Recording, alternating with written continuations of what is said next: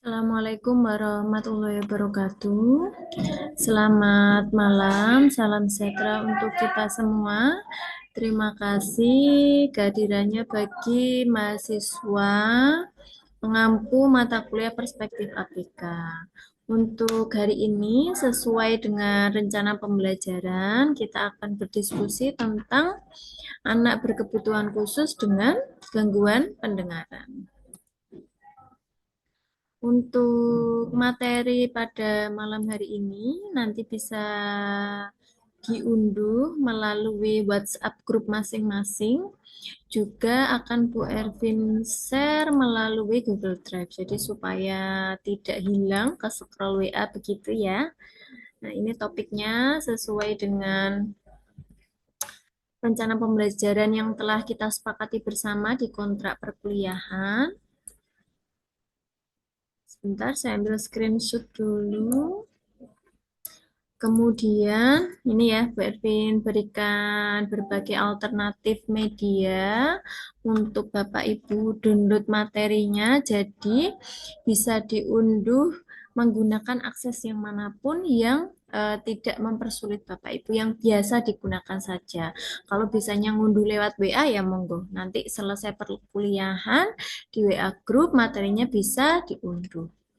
Gitu. Nah, kali ini kita akan berdiskusi tentang anak usia dini yang berkebutuhan khusus dengan gangguan pendengaran. Nah, eh, termasuk dalam jenis kebutuhan khusus yang lain yang kita bahas di materi sebelumnya kan gangguan penglihatan. Nah, anak berkebutuhan khusus dengan gangguan pendengaran juga mempunyai karakteristik, kemudian cara berkomunikasi, hingga strategi pembelajaran yang sesuai dengan kebutuhannya. Begitu. Jadi, sebagai guru PAUD, kita perlu memahami kebutuhan anak, kemudian karakteristiknya, sehingga dalam implementasinya kita bisa menyesuaikan strategi pembelajaran, kemudian alat bantu sampai media yang memang sesuai untuk anak, sehingga tujuan pembelajaran itu tercapai. Selanjutnya, perlu kita pahami bersama Bapak Ibu bahwa gangguan pendengaran yang dimaksud dalam materi ini adalah bisa menyangkut gangguan sebagian atau seluruh kemampuan mendengar pada anak. Begitu. Yang Bu Ervin highlight warna kuning itu adalah inti dari gangguan pendengaran, itu memang hambatannya ada di melalui indera pendengaran, melalui suara. Jadi apa, pembelajaran yang berbasis audio tentu kurang sesuai untuk anak-anak dengan gangguan pendengaran. Begitu. Sehingga apa? Karena gangguannya melalui ini suara, sehingga anak-anak ini mengalami kesulitan dalam menerima informasi, termasuk di dalamnya adalah informasi dalam pembelajaran, karena kita dalam konteks pembelajaran PAUD. Begitu. Nah, ini untuk pemahaman kita bersama bahwa ABK dengan gangguan pendengaran itu memiliki beberapa karakteristik. Apa saja karakteristiknya? Yang pertama adalah anak-anak dengan gangguan pendengaran ini cenderung sulit untuk merespon suara atau panggilan, terutama dari jarak jauh gitu ya, karena terhambat, kemudian atau dari arah belakang. Karena anak-anak dengan gangguan pendengaran itu cenderung ini melihat gerak bibir kita. Begitu. Kemudian yang kedua, cenderung berinteraksi melalui bahasa isyarat tubuh, gitu ya, menggunakan bahasa isyarat. Kemudian selanjutnya mengandalkan penglihatan untuk memahami orang lain. Nah, yang Bu Evin jelaskan tadi ya, melalui membaca gerak bibir. Kemudian cenderung terlambat bicara atau tidak berbicara sama sekali. Jadi ada anak yang tunarungu tetapi dia juga tunawicara. begitu anak tunaganda ya. Jadi ini tergolong tunaganda. Nanti ini akan kita bahas di materi selanjutnya. Jadi ada yang ketunaannya lebih dari satu, begitu. Kemudian yang terakhir karakteristiknya cenderung sering memiringkan kepala saat mendengar. Kenapa? Karena untuk menangkap suara gitu ya, untuk menangkap suara yang memang kalau dari jarak jauh kurang optimal gitu, karena anak dengan gangguan pendengaran itu sebagian apalagi yang penuh gitu ya, itu memang kesulitannya problemnya di audio, di suara. Jadi karakteristiknya kurang lebih ada 5 karakteristik ini. Selanjutnya, nah, ada beberapa jenis gangguan pendengaran. Jadi ada yang jenis gangguan pendengaran yang dalam bentuk DIF, begitu ya. Jadi kehilangan pendengaran secara total, begitu. Jadi jenis ini merupakan ini sudah benar-benar tidak bisa menerima informasi melalui audio. Ada lagi yang hard of hearing, jadi kurang dengar, bisa jadi kehilangan sebagian kemampuan mendengarnya. Makanya tadi kalau kalau dalam kasus sering ini ya memiringkan supaya ini suara yang masuk lebih optimal, itu biasanya di eh, jenis kurang dengar atau hard of hearing. Suara saya terdengar jelas ya, Bapak Ibu ya. Selanjutnya, beberapa faktor penyebab terjadinya gangguan pendengaran. Yang pertama pada masa prenatal gitu ya, ada beberapa kasus yang memang karena disebabkan infeksi toksoplasma, rubella begitu ya, sehingga dampaknya memang menularkan terhadap janin ya, termasuk salah satunya terhadap perkembangan organ pendengaran, alat indera pendengarannya gitu. Kemudian selanjutnya ada kasus juga pada masa prenatal adanya penggunaan obat tertentu selama kehamilan. Makanya bagi ibu hamil untuk penggunaan obat-obat tertentu memang harus berkonsultasi dengan dokter, begitu obat ini aman tidak begitu untuk janin begitu. Kemudian faktor penyebab yang kedua pada masa lahiran perinatal salah satunya disebabkan karena kekurangan oksigen dan proses kelahiran yang terhambat.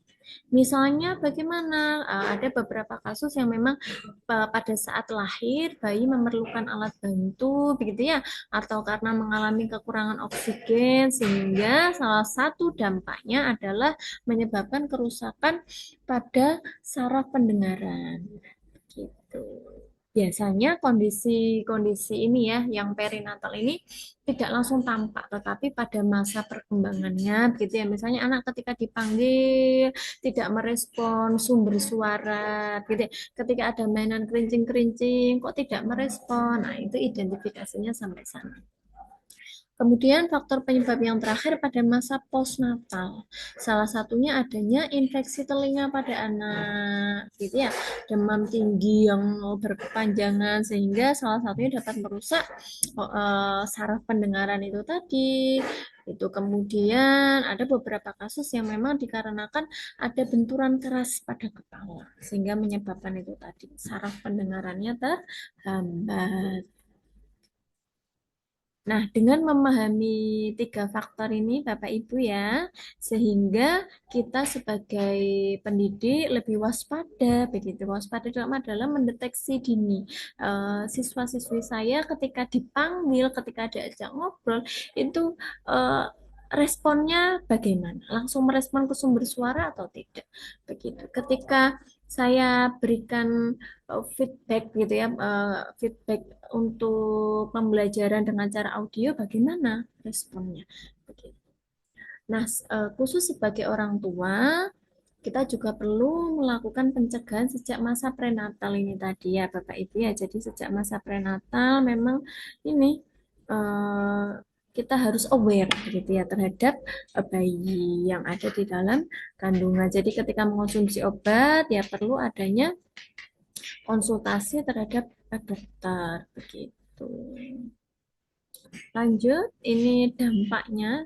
Jadi yang pertama tentu karena terhambatnya dalam suara, gitu ya. Jadi dampak yang pertama tentu terhadap bahasa dan perkembangan bicara pada anak. Jadi ada keterlambatan dalam memahami, kemudian penggunaan bahasa, begitu. Kemudian yang kedua, sebentar sinyalnya. Saya ganti sinyal dulu ya Bapak Ibu ya. Oke, saya ganti hotspot dulu. Kemudian dampak yang kedua terhadap perkembangan sosial emosionalnya, gitu ya. Karena memang tadi ya kesulitan mendengar, dampaknya terhadap pemahaman dan penggunaan bahasa. Kemudian sosial emosionalnya terdampak karena kesulitan berkomunikasi, makanya interaksi dengan teman sebayanya terbatas. Kemudian dampak seterusnya terhadap aspek perkembangan kognitif. Umumnya aspek perkembangan kognitifnya normal, Bapak Ibu, tetapi memang informasi yang masuk terbatas. Itu ini berhubungan dengan dampak yang nomor satu tadi, yang Bu Ervin jelaskan. Kemudian dampak yang terakhir terhadap kegiatan pembelajaran. Tentu kita harus menyesuaikan gitu ya dengan kebutuhan anak. Kalau dengan cara audio tidak karena hambatannya ada di fungsi indera pendengarannya, maka kita perlu menggunakan apa media pembelajaran, kemudian strategi pembelajaran yang berbasis media bentuknya visual. Gitu. Nah, ya berikut dalam rangka kita lebih memahami anak-anak dengan gangguan pendengaran, gitu ya, kebutuhan khususnya apa saja sih, gitu ya. Jadi anak-anak dengan gangguan pendengaran membutuhkan alat bantu dengar ya atau implan koklea juga ada, nanti ada contohnya ya Bapak Ibu ya di slide berikutnya. Kemudian penggunaan bahasa isyarat sangat mendukung begitu. Kenapa ya? Karena untuk membantu transfer informasi kepada anak-anak dengan gangguan pendengaran. Kemudian media pembelajaran berbasis visual. Jadi kita mengoptimalkan alat indera yang memang masih berfungsi dengan baik. Kemudian yang terakhir, lingkungan belajar yang kondusif dan tidak bising. Kenapa tidak bising? Supaya ini ketika kita menggunakan bahasa isyarat begitu ya, supaya kita ketika kita menampilkan media secara visual gitu ya, fokus anak lebih maksimal. Gitu. Kemudian strategi pembelajaran apa yang sesuai untuk anak-anak dengan gangguan pendengaran?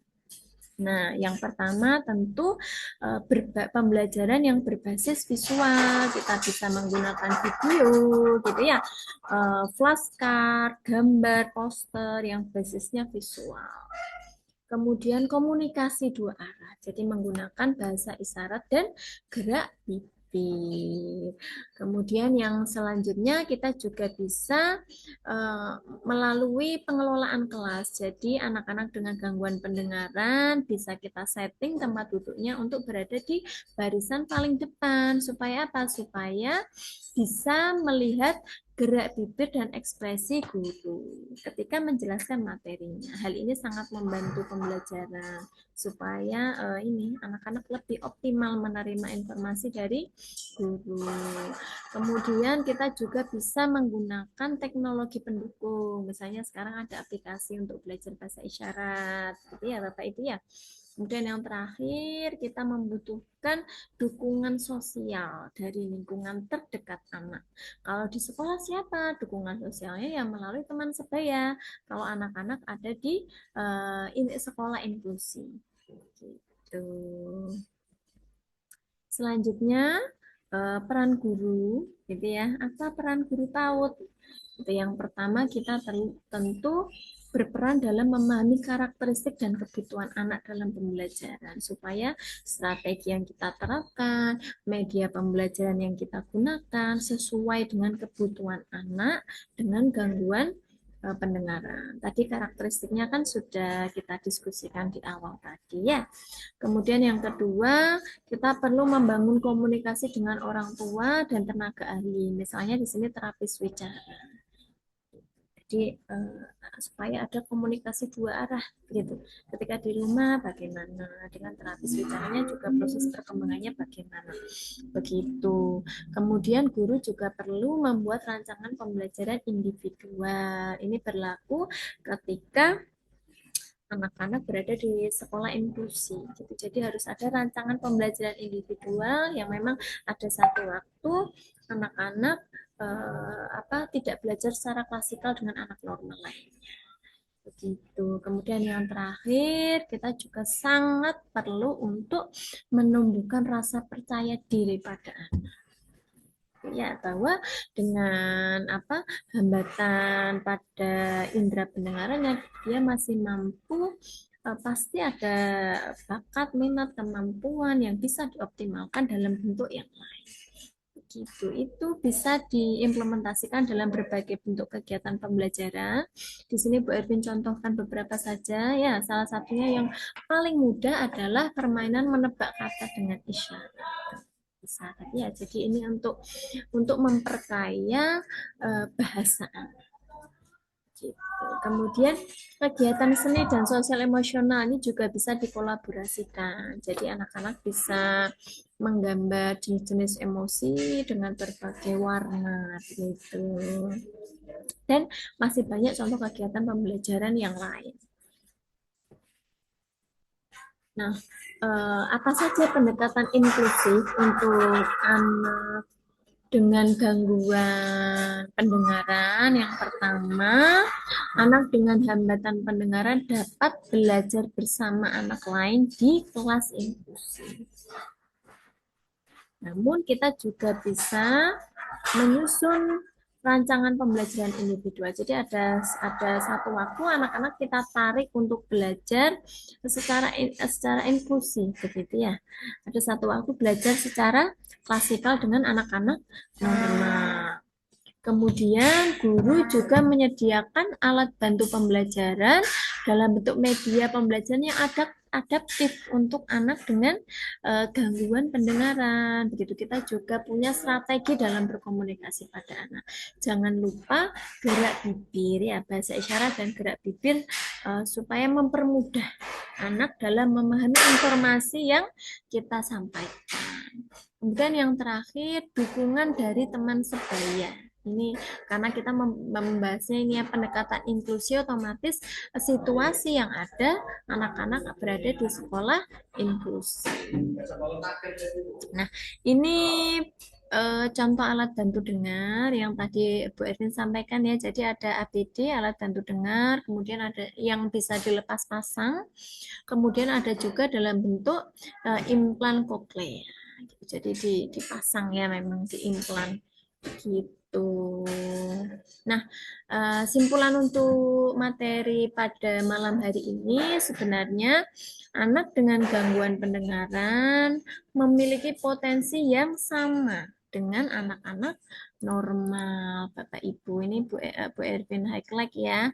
Jadi potensi yang harus kita garis bawahi, potensinya sama dengan anak normal lainnya. Tetapi apa? Tetapi anak dengan gangguan pendengaran membutuhkan dukungan lingkungan dan komunikasi yang efektif begitu. Jadi mereka memang perlu bahasa isyarat dan gerak bibir kita supaya untuk memahami informasi yang disampaikan, sehingga guru-guru PAUD berperan penting dalam menciptakan pembelajaran yang inklusif. Kemudian jangan lupa bahwa pembelajaran di PAUD itu berprinsip menyenangkan ya, belajar sambil bermain. Begitu makanya ada alat permainan edukatif yang adaptif untuk anak-anak dengan gangguan pendengaran. Begitu sehingga pembelajarannya bermakna, sehingga anak memahami, oh hari ini pembelajaran tentang misalnya tema alat transportasi. Transportasi apa?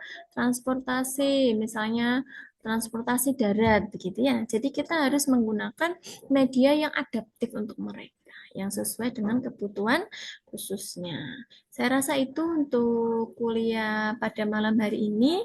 Silakan Bapak Ibu jika ada pertanyaan bisa di-share di grup, kemudian kita diskusikan bersama atau bisa disampaikan secara langsung. Untuk malam ini cukup dari Bu Ervin. Terima kasih atas kehadirannya. Mohon maaf bila ada kekurangan. Materi yang Bu Ervin share malam hari ini adalah materi pendamping. Sumber-sumber lain sangat banyak yang bisa memberikan pemahaman kita terhadap karakteristik anak berkebutuhan khusus dengan gangguan pendengaran. Terima kasih Bapak Ibu sekali lagi. Saya tutup. Wassalamualaikum warahmatullahi wabarakatuh. Selamat malam semuanya.